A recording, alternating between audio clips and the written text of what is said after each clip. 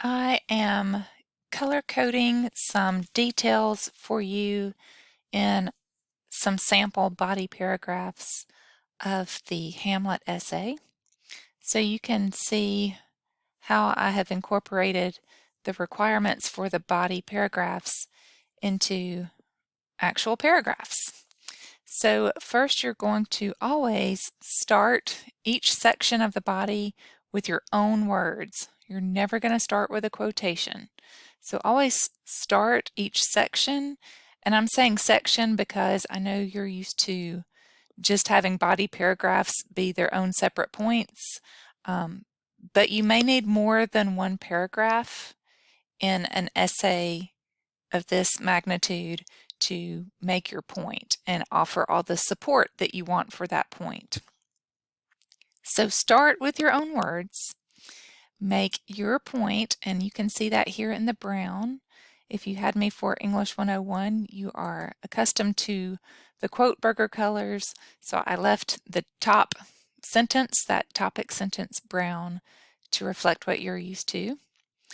And then I suggest that you give some context here in the next sentence. What's happening in the play that is relevant to your point?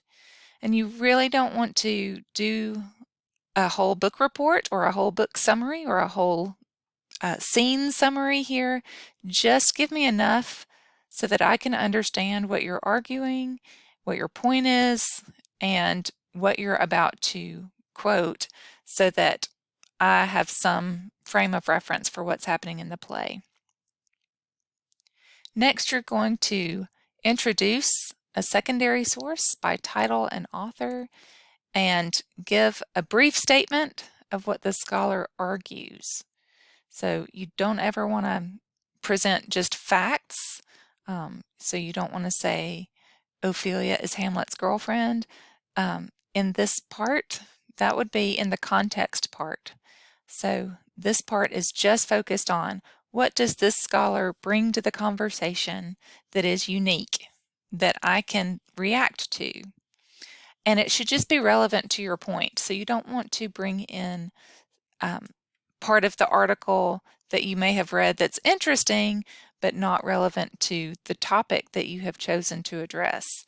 So be very careful not to get too broad with what you are discussing concerning what your scholar says.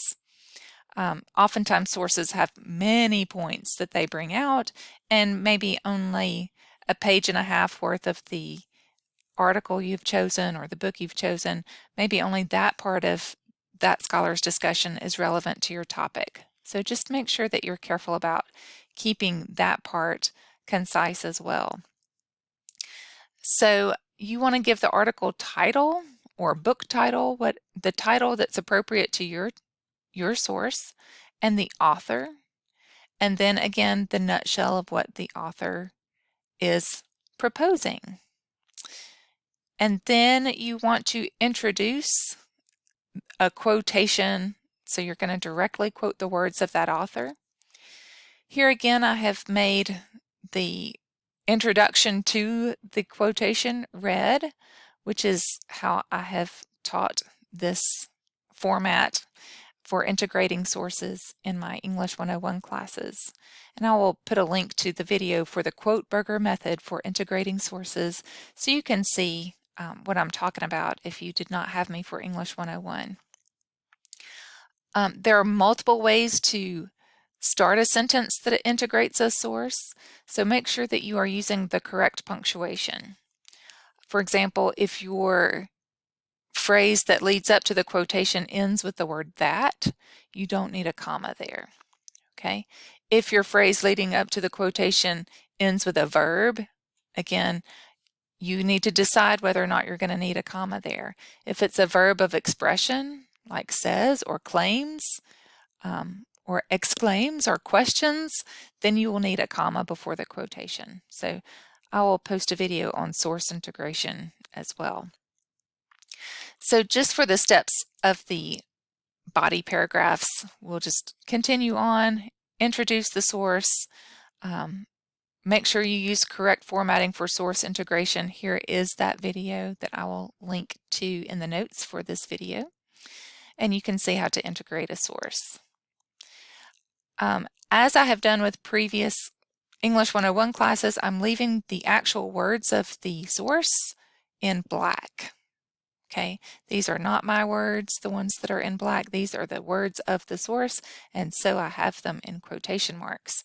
And using MLA format and in an English class, we really very much like to see the exact words. So you're not going to paraphrase or summarize most of the time.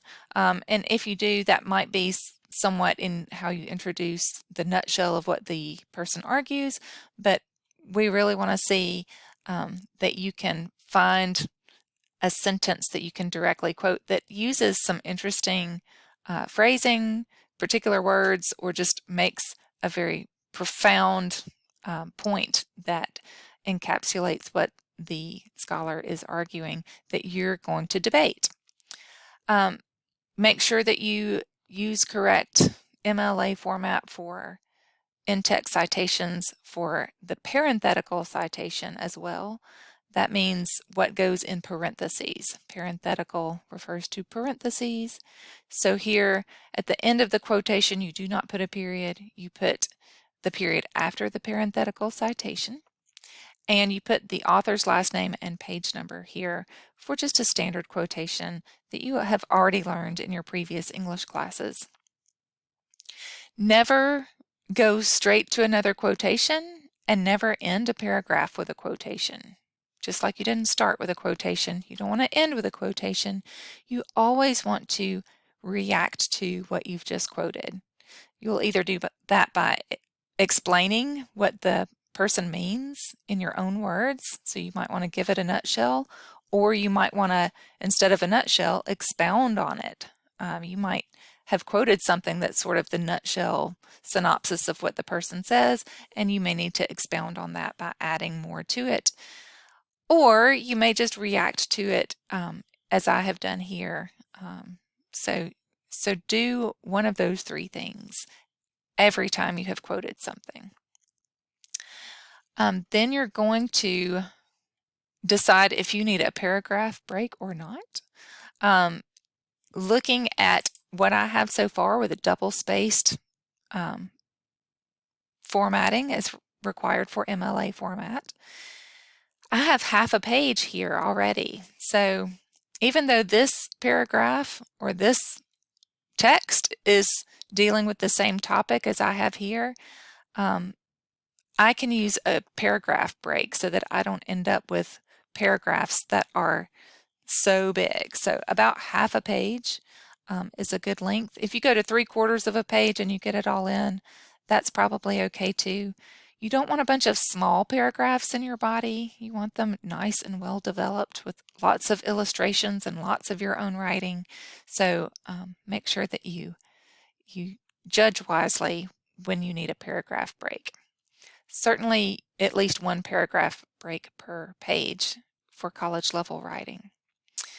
All right, so then I skip over to, or not skip over to, I continue on to write my own statement about why I agree or disagree with what the scholar has said. So that's this brown section here. These are my own words. And now I have thrown some purple at you, which is not here in your directions. This is just another illustration, and it's from a source. And I have told you that you can use a film version as a source in this essay as a way of showing an interpretation of the film in general, or a character, or a theme that you are addressing. And so I have done that here. I've made it purple to distinguish that difference for you so that you can see I'm just describing what's happening in a film version of Hamlet. This is one of the ones I like to show in class. This may be the one that you have seen as well. So after I have explained what's happening in the film that I think gives credence to my interpretation, whether I agree or disagree with the scholar, I have gone on to then use the exact words from the play, which is part of what you must do. That's not an additional source, it's a required source in each section of the body. You're going to be quoting from a secondary source, a scholar. You may also describe what's happening in a film version. But you must also quote from the primary source. That's the source we're analyzing.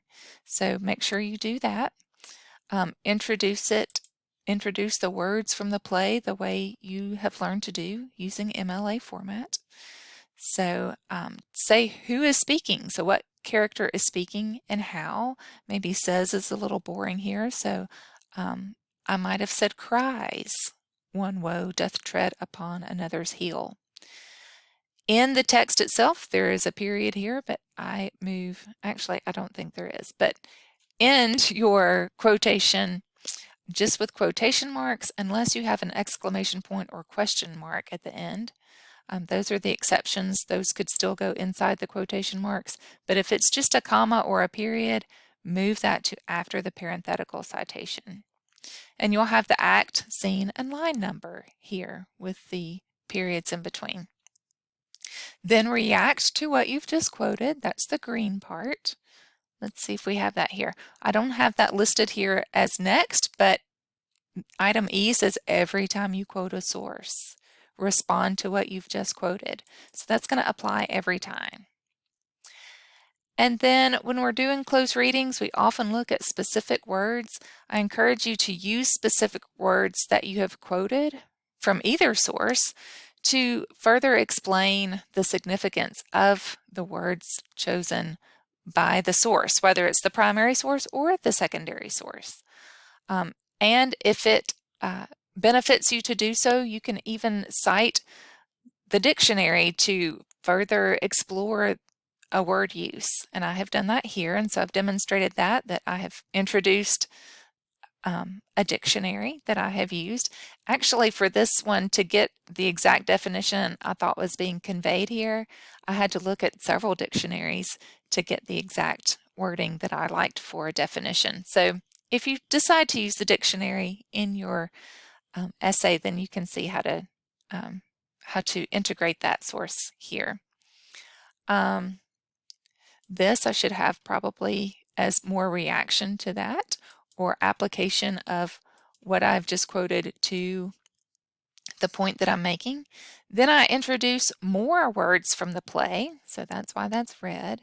I wanted to show you how to use a block quotation as well. So not only am I suggesting that you don't have to just quote one part of the play in your body paragraphs to prove your point, you may well find it useful, and it probably will be useful to quote more than one part of the play. So I've quoted something from this scene and from a following scene to show how this character develops to make my point. If you are quoting more than 3 lines of verse or poetry, then you will use a block quotation format as I have shown here. So I always introduce a block quotation more formally with a full sentence followed by a colon, and then you hit tab twice to indent, and then you'll have the block quotation formatted as you have here, and you just hit enter at the end of each line as you see it written in the text itself. One thing that's different is that you don't have quotation marks when you have the block format. The blocking, the indenting takes care of that for you. Shows that we're quoting. Also, the period at the end of the quotation goes actually at the end of the quotation and not after the parenthetical citation. Then continue to react to what you've said, as always, as it says here in your every time, and then end with the big so what. Not maybe the conclusion is actually the big so what, but anytime you have finished making a point, you want to go back and explain why it matters to the main idea sentence in your paragraph and to the overall thesis of your essay, which is what I'm doing here. All right, I will go over works cited and source integration in a video that I will link to this content as well. Let me know if you have questions. Good luck writing the essay.